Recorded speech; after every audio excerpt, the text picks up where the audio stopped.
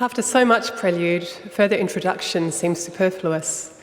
So I'd just like to say that it's a great honour to be part of a centre that bears the name of J.M Coetzee, and that it's a privilege to celebrate his work in his presence over the course of this colloquium, and to have the rare opportunity to hear him read from his work tonight.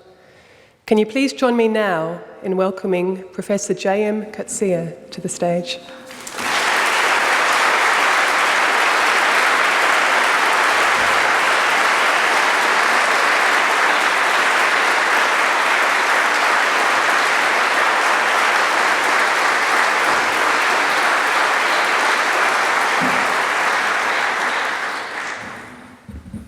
Thank you, Anna.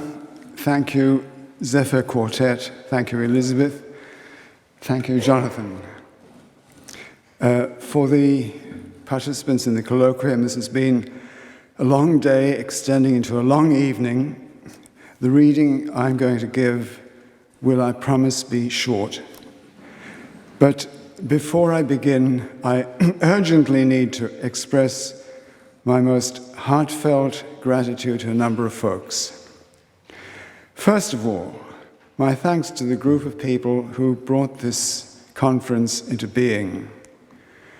Though they sheltered me from the exhausting and time-consuming business of organizing the conference, I have a shrewd idea of the amount of time that went into it, so let me name just a few of them. In Adelaide, Jennifer Rutherford, Brian Castro, Nicholas Josse, Dominique Wilson, and Anna Goldsworthy, and in France, Bruno Clément. Next, I must confess how touched I am at the number of friends and colleagues who accepted invitations to attend, some of whom have flown vast distances to be here tonight.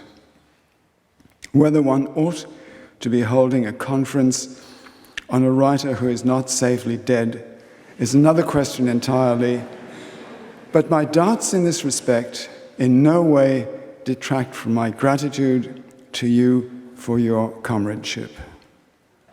Lastly, let me thank the City of Adelaide and the University of Adelaide, the city for offering such a warm welcome to Dorothy and myself when we arrived here 12 years ago, and to the university for its generosity in providing us with an academic home. I'll be reading from a novel that I published some 20 years ago under the title Age of Iron.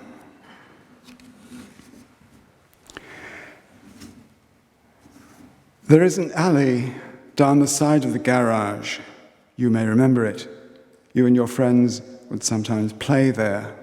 Now, it is a dead place, waste without use, where wind-blown leaves pile up and rot. Yesterday, at the end of this alley, I came upon a house of carton boxes and plastic sheeting, and a man curled up inside, a man I recognized from the streets, tall, thin, with a weathered skin and long, carious fangs, wearing a baggy grey suit and a hat with a sagging brim. He had the hat on now, sleeping with the brim folded under his ear. A derelict, one of the derelicts who hang around the parking lots, cadging money from the shoppers, drinking under the flyover, eating out of refuse cans. One of the homeless, for whom August, month of rains, is the worst month. Asleep in his box, his legs stretched out like a marionette's, his jaw agape, an unsavory smell about him, urine, sweet wine, moldy clothing, and something else too, unclean. For a while I stood staring down on him, staring and smelling, a visitor visiting himself on me on this of all days. This was the day when I had the news from Dr. Seifert. The news was not good, but it was mine, for me, mine only, not to be refused. It was for me to take in my arms and fold to my chest and take home without head shaking, without tears. "Thank you, doctor," I said. "Thank you for being frank." "We will do everything we can," he said. "We will tackle this together." But already behind the comradely front, I could see he was withdrawing. Sauve-qui-peut, his allegiance to the living, not the dying. The trembling began only when I got out of the car. By the time I'd closed the garage door, I was shaking all over. To still it, I had to clench my teeth, grip my handbag. It was then that I saw the boxes, saw him. "What are you doing here?" I demanded, hearing the irritation in my voice, not checking it. "You can't stay, you must go." He did not stir, lying in his shelter, looking up, inspecting the winter stockings, the blue coat, the skirt with whose hang there has always been something wrong, the grey hair cut by a strip of scalp, old woman's scalp, pink, babyish. Then he drew in his legs and leisurely got up. Without a word, he turned his back on me, shook out the black plastic, folded it in half, in quarters, in eighths. He produced a bag, Air Canada, it said, and zipped it shut. I stood aside, leaving behind the boxes an empty bottle and the smell of urine. He passed me. His trousers sagged. He hitched them up. I waited to be sure he was gone and heard him stow the plastic in the hedge from the other side. Two things then, in the space of an hour. The news long dreaded, and this reconnaissance, this other annunciation. The first of the carrion birds, prompt, unerring. How long can I fend them off? The scavengers of Cape Town, whose number never dwindles, who go bare and feel no cold, who sleep outdoors and do not sicken, who starve and do not waste, warmed from within by alcohol, the contagions and infections in their blood consumed in liquid flame, clean as up after the feast, flies, dry-winged, glazing-eyed, pitiless, my heirs. With what slow steps did I enter this empty house from which every echo has faded, where the very tread of foot sole on board is flat and dull.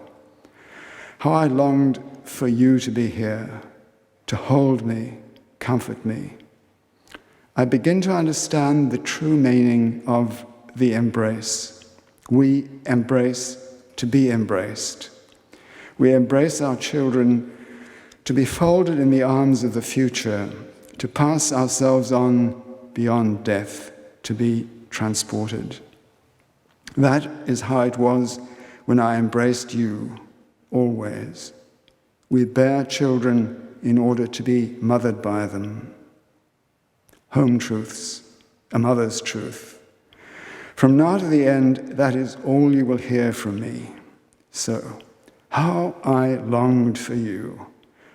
How I longed to be able to go upstairs to you, to sit on your bed, run my fingers through your hair, whisper in your ear as I did on school mornings, "Time to get up." And then, when you turned over, your body blood warm, your breath milky, to take you in my arms in what we called giving Mommy a big hug, the secret meaning of which, the meaning never spoken, was that Mommy should not be sad, for she would not die, but live on in you. To live. You are my life. I love you as I love life itself. In the mornings, I come out of the house and wet my finger and hold it up to the wind. When the chill is from the northwest, from your quarter, I stand a long time sniffing, concentrating my attention in the hope that across 10,000 miles of land and sea, some breath will reach me of the milkiness you still carry with you behind your ears in the fold of your neck. The first task laid on me from today, to resist the craving to share my death, loving you, loving life, to forgive the living and take my leave without bitterness, to embrace death as my own, mine alone. To whom this writing then? The answer, to you, but not to you. To me, to you and me. All afternoon, I try to keep myself busy, cleaning out drawers, sorting and discarding papers. At dusk, I came out again. Behind the garage, the shelter was set up as before, with the black plastic neatly spanned over it. Inside lay the man, his legs curled up, and a dog beside him that cocked its ears and wagged its tail. A collie, young, little more than a pup, black with white points. No fires, I said. Do you understand? I want no fires. I want no mess. He sat up, rubbing his bare ankles, staring around as if not knowing where he was. A horsey, weather-beaten face with a puffiness around the eyes of an alcoholic. Strange green eyes, unhealthy. Do you want something to eat? I said. He followed me to the kitchen, the dog at his heels, and waited while I cut him a sandwich. He took a bite, but then seemed to forget to chew, standing against the door jamb with his mouth full, the light shining into his vacant green eyes, while the dog whined softly. I have to clean up, I said impatiently, and made to close the door on him. He went off without a murmur, but before he turned the corner, I was sure I saw him toss the sandwich away and the dog dive after it.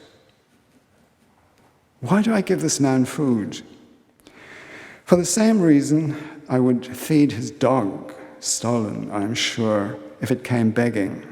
For the same reason I gave you my breast, to be full enough to give, and to give from one's fullness. What deeper urge is there? Out of their withered bodies, even the old try to squeeze one last drop. A stubborn will to give, to nourish. Shrewd was death's aim when he chose my breast for his first shaft. This morning, bringing him coffee, I found him urinating into the drain, which he did without any appearance of shame. Do you want a job of work? I said. There are plenty of jobs I can give you. He said nothing, but drank the coffee, holding the mug in both hands. You are wasting your life, I said. You are not a child anymore. How can you live like this? How can you lie around and do nothing all day? I don't understand it. It is true, I do not understand it. Something in me revolts at the lassitude, the letting go, the welcoming of the dissolution. He did something that shocked me. With a straight look, the first direct look he has given me, he spat a gob of spit, thick, yellow, streaked with brown from the coffee, onto the concrete beside my foot. Then he thrust the mug at me and sauntered off. The thing itself, I thought, shaken, the thing itself brought out between us, spat not upon me, but before me, where I could see it, inspect it, think about it. His word, his kind of word, from his own mouth, warm at the instant when it left him. A word undeniable from a language before language. First the look, and then the spitting. What kind of look? A look without respect, from a man to a woman old enough to be his mother, "Here, take your coffee." Thank you.